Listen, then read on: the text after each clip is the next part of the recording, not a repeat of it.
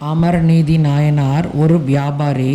இவர் தஞ்சாவூரில் பழையறை என்ற ஊரில் வாழ்ந்து வந்தார்.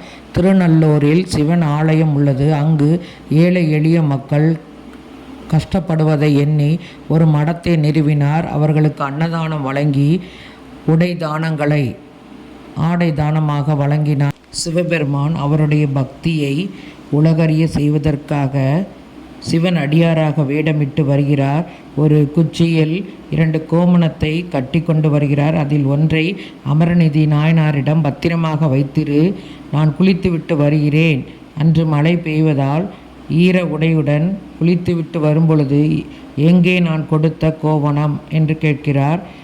அது மாயமாக மறைந்து விட்டது என்று கூறுகிறார்.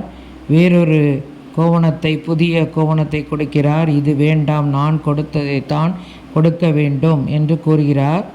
ஐயா, தங்களுக்கு பொன்னும் பொருளும் கொடுக்கிறேன் என்று கூறுகிறார். எனக்கு பொன்னும் பொருளும் எல்லாம் வேண்டாம், இந்த கோமணத்தின் எடைக்கு சரியான கோமணத்தை வை என்று கூறுகிறார். அதன்படி புது கோமணத்தை வைக்கிறார். ஆனால் தராசு தட்டில் அவருடைய கோமணம்தான் கீழ் இருக்கிறது. பட்டாடைகளை, வைரங்களை, வைடூரியங்களை வைக்கிறார். எல்லா சொத்துக்களையும் வைக்கிறார். ஆனால் எதுவும் அவருடைய கோவணத்திற்கு ஈடாகவில்லை.